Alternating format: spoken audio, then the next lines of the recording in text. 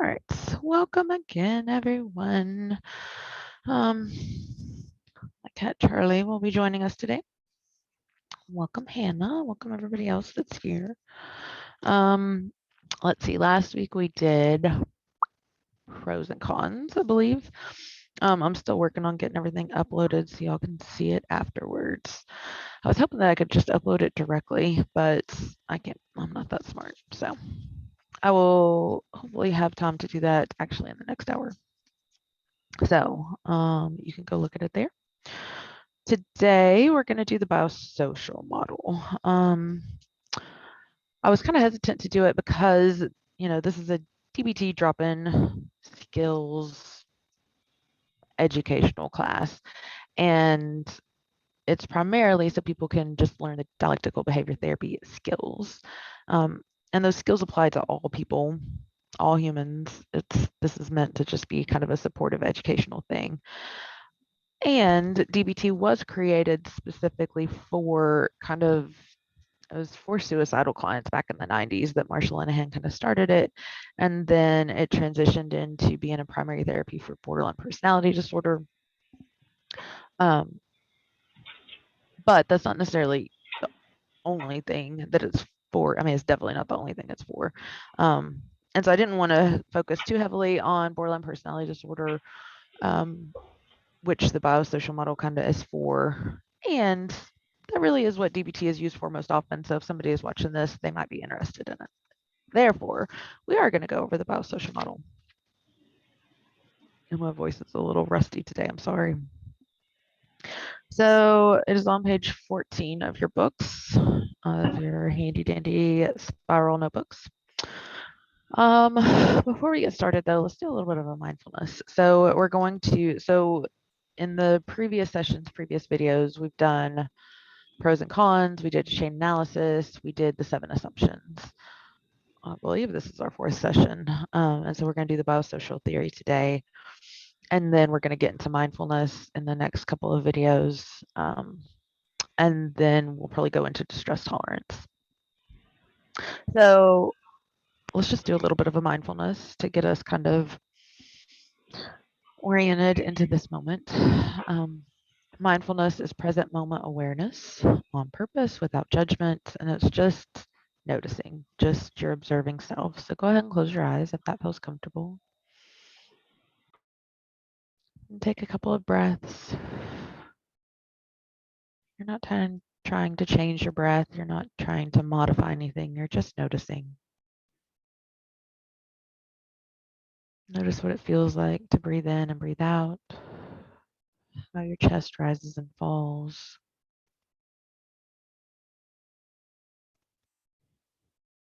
And you may have a million thoughts bouncing around in your head. You may have strong feelings, emotions, physical sensations, or none at all. Nothing is good nor bad. That's where the no judgment part comes in. Just notice. All right, and on one last deep inhalation, on your exhalation, open your eyes and return to the room. And we'll go ahead and start talking about biosocial model. So, Hannah, do you have any thoughts about the biosocial model in general? You love it, hate it, use it? I love the biosocial model, and borderline personality disorder or not, I think it's super relevant to a lot of people and a lot of states of distress, and and I think it's just a really holistic way of looking at why someone may be behaving the way they are. That there are biological elements to it, and then also environmental elements to it, and the Yeah, whole is greater than the sum is whatever. The whole is greater than the parts, or however that saying goes. yeah, exactly. The whole is greater than the sum of the parts. Some of the parts. But it just is really kind of validating, and it just helps you make sense of who you are, why you are, and whether you have BPD or not. It just helps kind of visualize and clarify how you came to be where you are if you're a highly sensitive person. And we may be able to get into the Mountain Valley today as well if we have time, which kind of shows the flip flop of the highly under controlled person versus the highly over controlled person. Um, and yes, this is totally nature versus nurture, and it shows how both impact the highly sensitive individual. Okay. Let's just start drawing because that's what I like to do. If you're on TikTok and you find yourself coming across the videos about highly sensitive people or being an empath or any of those things that are really trending right now, you might find this material sounds familiar or is something you relate with. Yeah, it's really interesting too. I'm gonna stop this real quick because I can't see y'all. Um, all the ADHD stuff that's coming up is really interesting. I think that as we move forward, we'll find there's just a real connection between trauma, highly sensitive people, empathic people, um, even OCD and anorexia and bulimia. Like they're all cousins. It's all part of the same family tree. And if you have one, then you might have the other, or vice versa. Like it's not these separate, distinct things like we've kind of made it all out to be. It's really it's like a tapestry where all the threads are kind of connected. And how can you take one out and not influence the other ones? Yeah. Okay. So the way that I like to visualize this for myself is that you are a cute little caterpillar baby when you were born. Oh, my name is Hannah and I'm so cute. So you are a sensitive baby straight out of the womb. You happen to have, if this is you, if you're a highly sensitive person, if you have somebody with borderline personality, especially, you popped out of the womb as just a very sensitive person. That is not a bad thing at all. It can make it can make you be a challenging child to care for. I was actually reading something the other day that talked about like maybe the fact that the kid was so challenging caused the parents to not parent them well. Like if you were born to really young parents, that didn't know how to deal, or maybe you were the fifth in line and every other sibling before you was like a super easy baby that was easy to comfort and easy to soothe and easy to whatever. And now the parents are just so confused and frustrated and just unskilled that leads to invalidation in and of itself.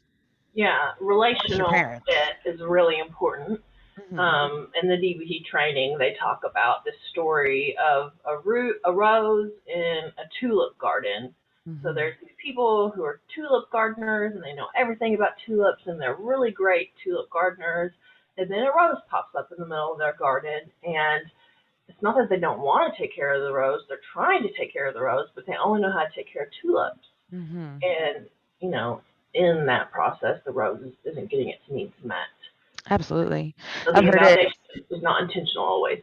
Yeah. And so you may have wonderful parents. Sometimes people will come out with like, oh, I can't have that because my parents are good people or they weren't abusive.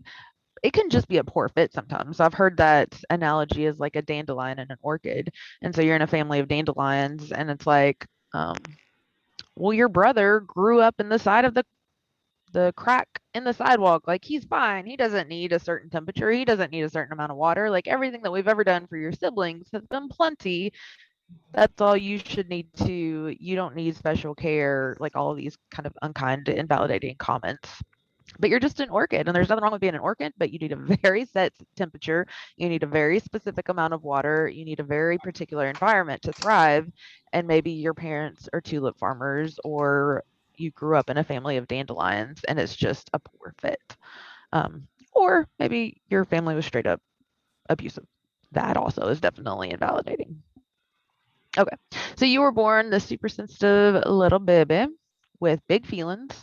And it's also, tying back into that ADHD stuff or the Asperger's autism spectrum. sensitive to emotional or physical stimuli as well. Like sensitive, not just emotions, but physically, touch can be too much, sound can be too much, or maybe you're seeking stimuli and you need like bouncing really hard or rocking or, really like, oh, bless my daughter's heart. Like we had to rock her really hard while she was swaddled, while there was like really loud noise playing in her ear for her to be soothed. And so there's just our biological bodies needs various levels of stimulation and have varying degrees of sensitivity. So And in this so, bio, oh, go ahead, Hannah. and so with the sensitive baby, you're going to see a really slow return to baseline, really easily emotionally or Yeah, environmentally stimulated, super reactive to the yeah, stimuli that might not someone else might not react to quite so much, and then it takes a really long time to calm back down, which leaves you absolutely. vulnerable for future prompts, emotional prompts. That's a really good analogy too. So you can also think of this type of a person as a Ferrari. Like they go really fast, really quickly, whereas your brother was a tractor and it took him a while to get started up and it took them a while to calm down and like they're just put put put. So you got a tractor or a dandelion down here, just a little bit more hardy, a little bit more thicker skinned.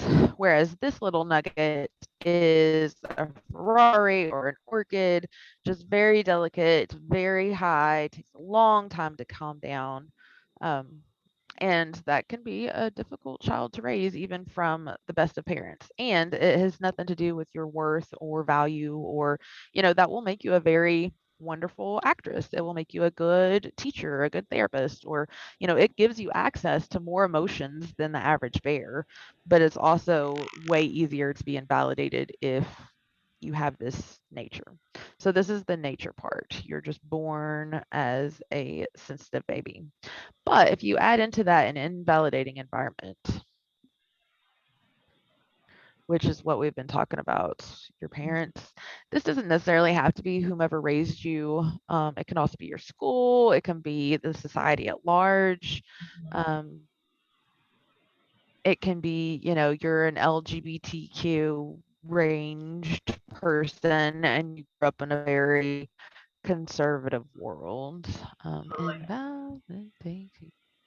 Go ahead. No, I just said totally, yeah. Oh. And I hadn't really thought about it in that context before. You know, if you're looking at any minority group and especially intersecting Hmm. minorities, yeah, that's a hugely invalidating Hmm. experience. Yeah, so if you are a very delicate LGBTQ kind of, I don't know, liberal leftist person that grew up in a very red state, in a very like religious, conservative, um, straight-laced kind of place, you just feel different. And people tell you you're different. And people tell you, don't be like you are. Don't be so sensitive. So these are kind of all the invalidating things that can be said to a sensitive baby of, oh my gosh, suck it up. We'll give you something to cry about. You're being too sensitive. You're being too wimpy, whiny, needy, demanding. Suck it up. We'll give you something to cry about. Put your big girl panties on. Like all that crap is unkind, period. But it's also just incredibly invalidating. I remember when my brother and I would go swimming in the creek. He would get out and he would be shivering, purple, cold. And my dad would say, "You're not cold. Shake it off." Yeah. Like he was literally cold. Like you could see he was cold, but wanting to give him some grit or whatever, or just not wanting to deal with a cold child, he would be told, "You are not cold." Yes. And that really screws with the kid's head because a child thinks that their parents are godlike, all knowing figures. Like you know, kids, if you told a 4-year-old that aliens existed and we just hadn't gone to see them yet, they'd be like, oh, okay, cool. Like, I don't know anything. Whatever you say, parent, is reality. And so if parent says, you're not sad right now because your doll broke, you didn't like that doll anyways, you're not sad, even though you feel this heaviness and these tears and this intensity. you're like, oh, well, crap, I guess I'm not sad. I don't know what I Questioning am. yourself, questioning your reality, Absolutely. questioning your reactions. There's three big like flavors to this. So we have the environment dismissing the validity of behavior and emotions. Um, it's not that cold. I'm not cold. Why are you cold? Then you have the environment dismissing or punishing personal emotional experience. So the don't cry, suck it up. You know, if you cry, I'm going to take you out back and spank you. Um, or the environment just oversimplifying problem solving is another big invalidating It's experience. not that big deal. Not just brush it off. It'll be fine. Who cares? We'll get another doll. As though this is not and should not be a big deal. But inside of you, as this very sensitive person, it is a big deal.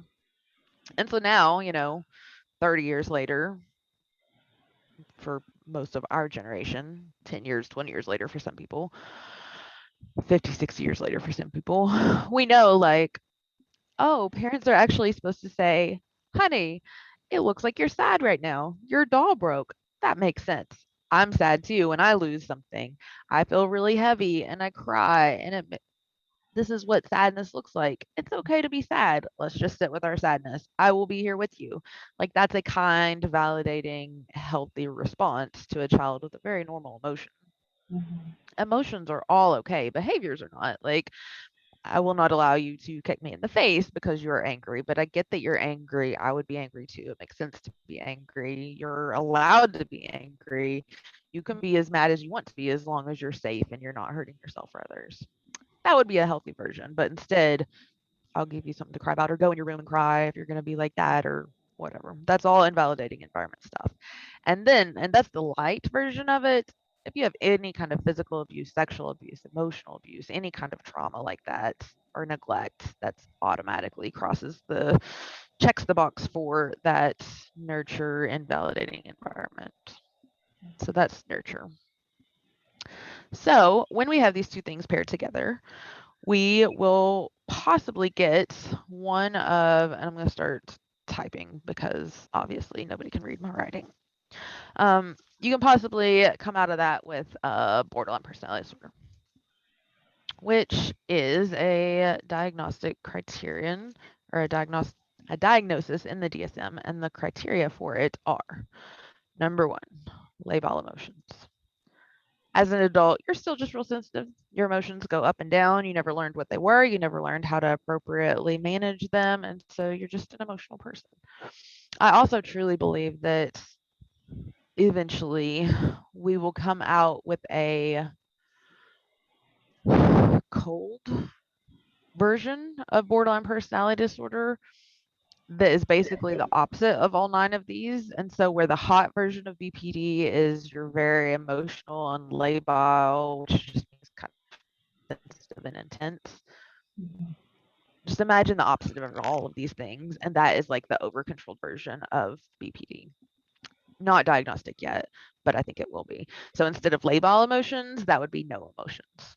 You have no emotions. You're completely cut off. You are cold. You can rarely show anything on your face. You rarely express emotions. Um, that is the cold version of it.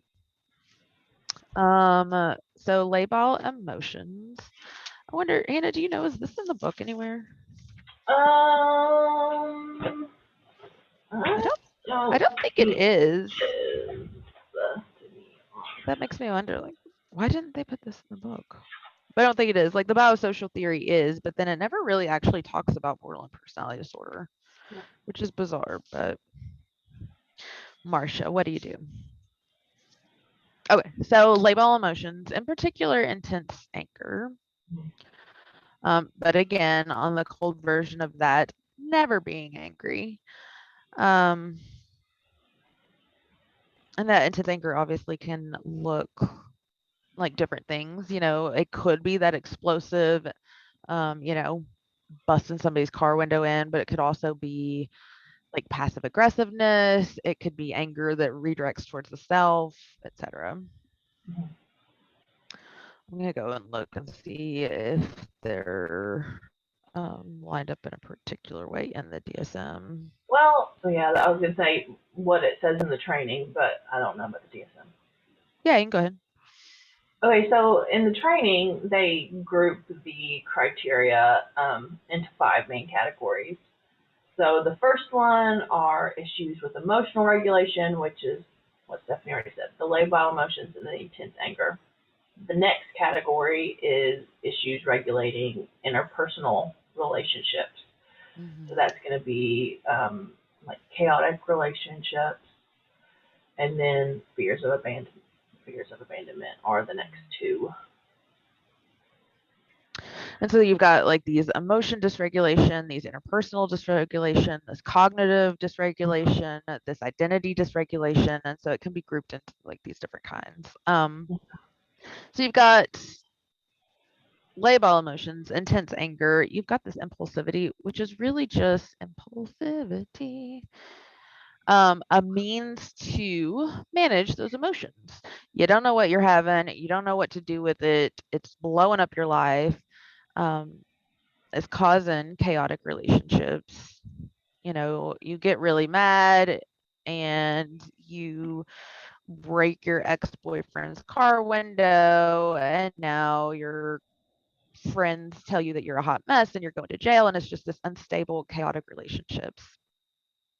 But the impulsivity is just a way to manage that anger. Like it makes sense in the moment, probably not healthy, but it does make sense. The impulsivity is a way to manage emotions. You go spend $500 on Amazon because you're sad. You go, and this could be with money, with sex, with relationships, quitting your job and moving to Florida. And this is where, so the labile emotions and the impulsivity, a lot of times BPD can be misdiagnosed as bipolar. It looks like bipolar, oh God, she quit her job, sold all of her stuff, moved to Florida with some new guy. That could be a manic episode, but it could also just be impulsivity and the chaotic kind of unstable identity and unstable relationships and borderline personality disorder. So the chaotic and unstable relationships. Then we also have this fear of abandonment. So when that little sensitive baby was told, you're not sad, you're not angry, don't be so excited too. Why are you being so hyper? Why are you so happy right now? Like you are wrong for feeling and being who you are. That also leads to this unstable identity. So the fear of abandonment and unstable identity go together in that, oh God, I don't know who I am. I don't know what I'm supposed to be. I'm just going to connect to my little friend Sarah and I'm going to act just like her. If Sarah's happy, I'm happy. If Sarah's into goth and punk scene, I'm going to do that. If she is mad at so and so, I'm going to be mad at so and so. I'm going to be a chameleon. I'm going to just blend in. I'm going to mirror other people's responses. And that's how I'm going to feel safe. That's how I'm going to get my identity. And I'm going to attach to that person like super glue because I didn't have a great attachment possibly in my environment. I can't mirror my parents or my caregivers or whatever. I'm so unlike them that they can't show me how to be. And so I'm going to find somebody, usually a friend or a romantic partner. This is where that term favorite person kind of comes in. And that's going to be my, what do you call it? Like weather. Mother vein. Yeah, my weather right now. That's how I'm going to tell like what to be and how to do. So, God forbid you lose that person. Like, oh shit, now who am I? Like, I don't know. I was Sarah. Now Sarah and I have had a falling out.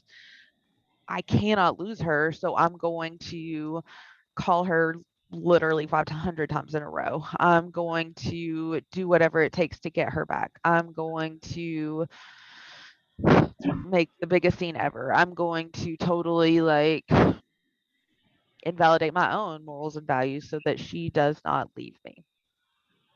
Obviously, that can be a little bit smothering to that favorite person.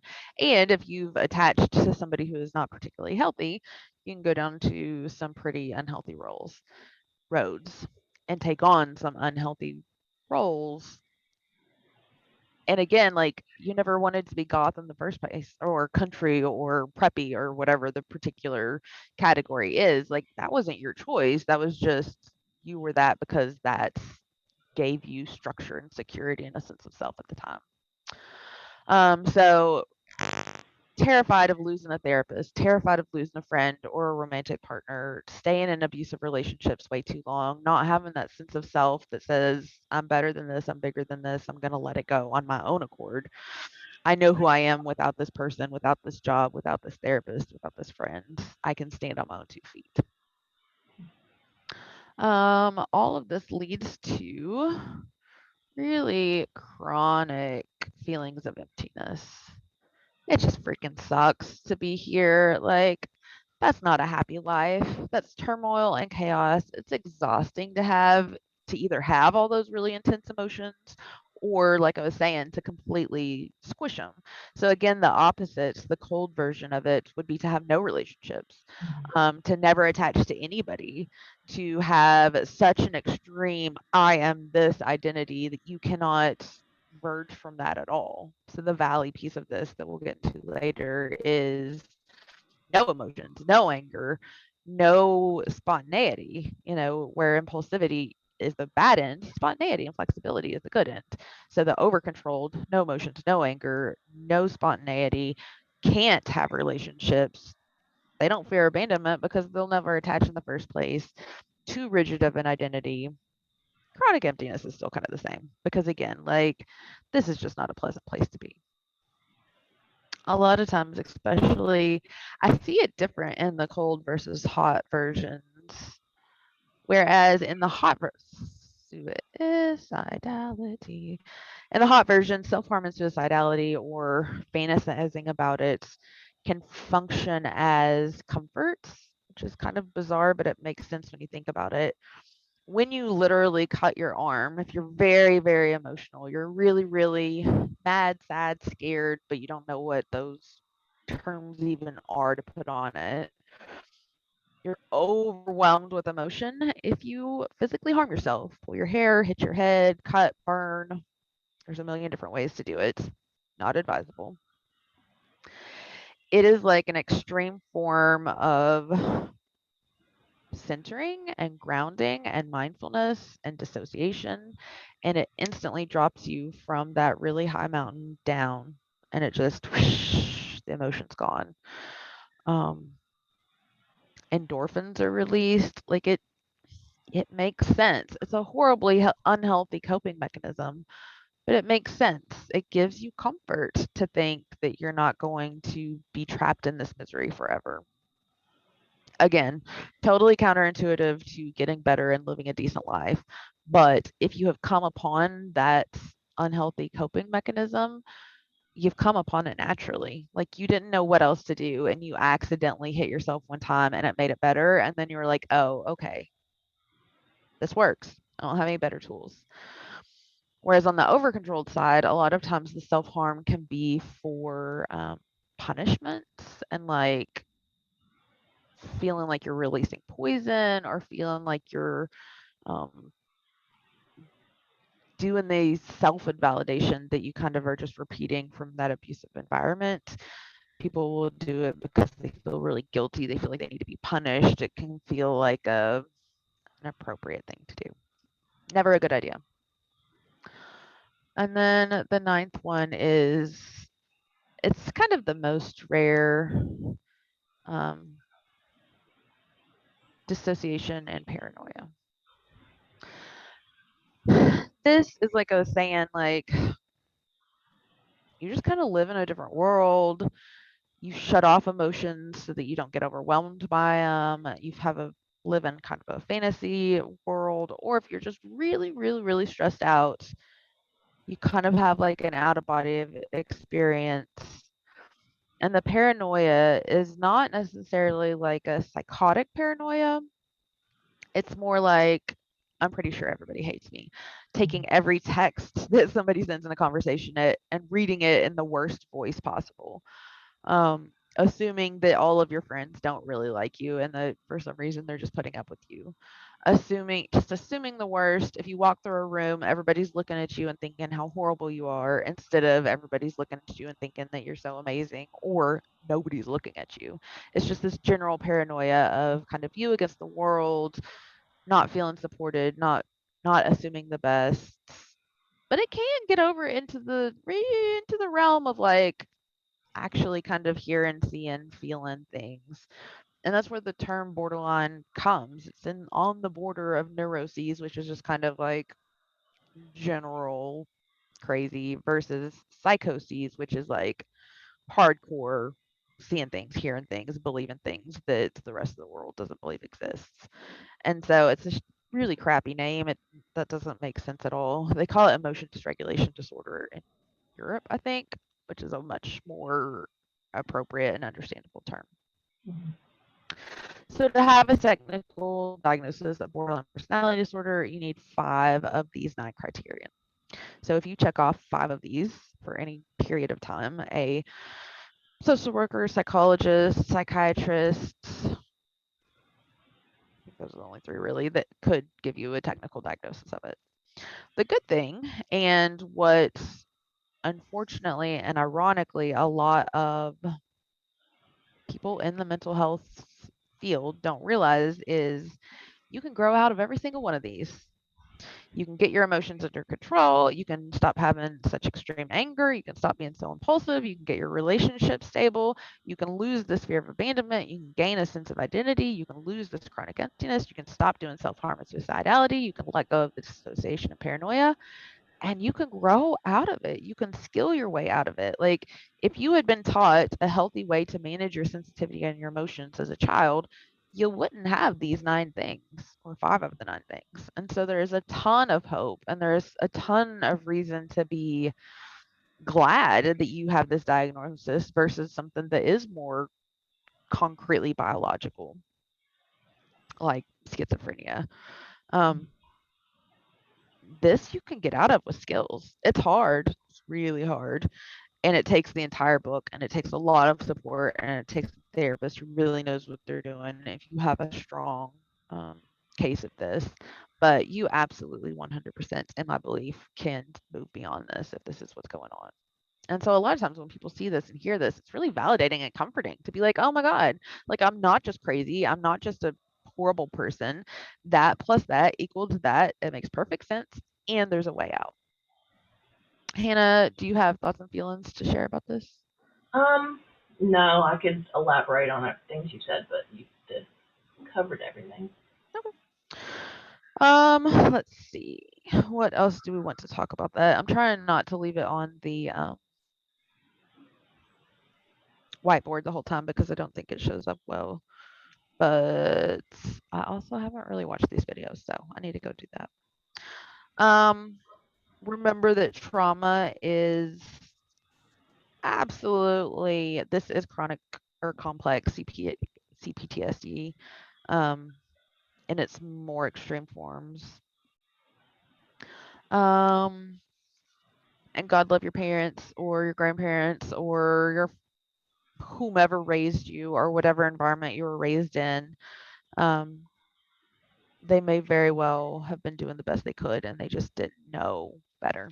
You know, that doesn't mean that you are going to go back and reconnect with them if they're still not healthy, but they may not have known what to do at the time. And I mean, certainly this wasn't common knowledge. Even today, it's not common knowledge, you know, like how to parent and how to be validating is incredibly hard. And especially when it's not socially supported to be validating and to allow emotions to happen and then to educate and support. It was just a high stress, poor fit, unskilled environment that you were likely raised in. In the book, it also talks about how the environment can also reinforce kind of being a hot mess. Yes. Um, maybe if you were ignored until you threw a wall-eyed fit, Hmm. that reinforces wall-eyed fits. I don't know what that term actually is. I don't know how I would spell that. Is that like a It. fish? I don't know. It talks about how when your parents intermittently reward expressions of emotions, it's gonna teach you that that can get what you want. Like you're a kid and your mom takes you over to a friend's house for lunch and you're playing with the toys and you're telling your mommy, "Mommy, I'm bored," and she goes, "Just keep playing. We'll go home in a little bit." And every 30 minutes you come back, "Mommy, I'm bored." And mommy's not listening. She's being invalidating. And then eventually you're so tired, you throw this huge fit. You're crying, you're on the floor, you're throwing blocks, and mommy swoops you up and says, "Oh my gosh, we've got to go," and runs out the door.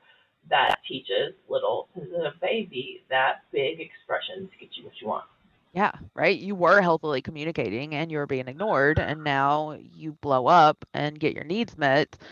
The next time, you're going to blow up more quickly, and it's just a learned behavior that makes sense. It's like a kid in the candy aisle. So as a parent, like we're parents now, and it is freaking hard, even with all of this education and all of this knowledge and whatever, it's still really hard to be a parent and not accidentally intermittently reinforce bad behavior. In So that, addition, oh, sorry, go ahead. go ahead. Yeah, in addition, like not attending to or punishing emotions can teach someone to suppress those emotions, and oversimplifying problems can create hopelessness. Mhm. And you never learn how to problem solve, so you don't know how to solve problems in the future and might constantly just invalidate So yourself. that's an interesting and odd thing is that parents who are too like helicopter parents, they're too involved, that are too rescuey, that don't let you kind of fall and pick yourself back up. That is also actually invalidating, which is a bizarre kind of like thing to think about. But it's saying that you're not competent, you're not capable of handling this yourself. I'm going to swoop in and do it for you. And then it's like this learned helplessness. It's like, oh, well, obviously I can't figure it out. I can't do it. I can't do anything. I will always need my mother or my friend or my husband or my partner or whomever else to come and save me and fix things because I've been taught my entire life, like, oh, let me take care of that for you. Or, oh, it'll be faster if I just do pick up your dish and put it in the sink myself. Or, oh, just don't even worry about the mess. I'll clean it up. Like, and as parents, like it's a hell of a lot easier to do that sometimes, but that can be detrimental as well. Mm-hmm. Um, and that re, intermittent reinforcement schedule is the most, it will strengthen a behavior like nothing else. And so that is what Las Vegas works on completely. It's that idea. I was watching a TikTok, just where I get all my current events on. But it was like a TED talk of this professor talking about the word maybe. Like if you say, if you press this lever, or if you put this nickel in, I'll give you a dime. Nickel, a dime, nickel, a dime, nickel, a dime. That's just work. Like that's not fun. Like cool, I'm doubling my money, but it's not that. It's just not fun. It's not rewarding. It's not interesting because it's so predictable. You know exactly what's going to happen. But if you say nickel, nothing, nickel, nothing, dime, ooh, nickel, nothing, 20 dimes. Oh my God, nickel, nickel, nickel, nickel. Like you want to press the lever like a little rat in a cage or do the thing to maybe get something. And it's that word maybe that makes it intermittent reinforcement. And So we'll if touch I, on that more in behavior change. It's not an inherently evil thing. If there's a behavior you really need to increase, yeah, intermittently rewarding yourself is going to be a super occasionally, good tool, but it can also. it can also accidentally reinforce bad behaviors. So being the kid in the candy store or the grocery checkout line, and your mom says, no, we're not getting candy. No, we're not getting candy. No, we're not getting candy. And then the louder you get, she's like, fine, you get the candy. She has just taught you you have to reach this level of yelling to get what you want. And the next time you don't get it at all, but the next time you get it really early. And then, like, that maybe will reinforce fit throwing or whatever. If you're being rescued by being a hot mess or whatever the behavior is, if you accidentally get rewarded on occasion, it will really cement that behavior in. Okay. Does anybody have, I haven't even been looking at the chats. Does anybody have any questions thus far? Anything that you would like us to look at more closely?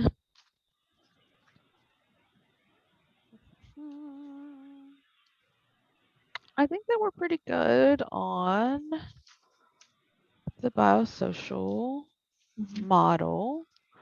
In social work in general, they call it the biopsychosocial model, but DBT has its own very specific biosocial theory that is different than that. I mean, it's basically the same. But so now that we know what that um, highly sensitive person or potentially borderline personality disorder person is like, we go and give them what they needed from childhood, the very predictable, structured, safe, consistent environment with a lot of validation, but also a lot of gentle pressure to change. You got to do better, try harder, be more motivated. And it makes perfect sense you are where you are. And so everything in this book is what we wish you would have gotten in the sixth grade or when you were 4 years old. And goodness, I would say 90% of us did not get this in elementary school. You may have accidentally found it on your way through life. Maybe you did have just amazing parents or environment that did give it to you. Maybe you weren't that sensitive in the first place. So, like, if you have a brother that didn't turn out to be a hot mess, but grew up, and if you had a twin that grew up in the same exact environment and was treated the same exact way, which doesn't happen even if you're twins. But still, you can have siblings that turn out to be super successful. Like, why aren't they a hot mess like I am? Your biology is different. And even siblings are treated incredibly different within our own household. So it's just not the same. All right. I think we're good here on this. Hannah, you have any further input on the biosocial model? Um, no, and yes, in that. So all of those like criteria we see, you can have like the babyest versions of all of them, and this will be really helpful for you. Or you can maybe only have a few. You might say, you know what, I do have a hard time with my relationships, and sometimes I do feel chronically empty, and this is going to be really helpful for you if you fit any of those areas, dysregulation in emotions, interpersonal relationships, in yourself, in your behavior, or in your cognitive functions. And Mm-hmm. it's also important to understand that like this invalidating environment actually does things to your body. It damages the limbic system. It's just constantly bathing your brain in cortisol because you're living in trauma and you're living in fight or flight. Um, I don't know. I think that's supposed to be validating to understand that there's really big consequences to the things that you've been through. And however, skills can change the game. You can't really They're the skills road replace out. mania. Yeah, Um, absolutely. Yeah, so like bipolar, you know, extreme mania, some of the symptoms of schizophrenia, like those are more like diabetes, where it's like there's a real physical aspect of that that really needs medication or strong behavioral management to mhm, kind of like, you know, I say it's like diabetes in that some people can get away with just being really careful on their sugar intake, but some people have to have insulin. So bipolar is kind of the same way. Like it is a very physical issue. And sometimes you can kind of keep it okay with just being incredibly careful with how much you sleep and whether you eat and like all the life stuff. But sometimes you just straight up have to have insulin. Like it is a problem in the chemicals in your body. Whereas borderline, yes, your systems have been influenced by the invalidating environment and this chronic hyperarousal or hypoarousal and your fight or flight system and the trauma, like that does influence it. But you can also you definitely can work your way out of it. With the right support, the right environment, and the right amount of time.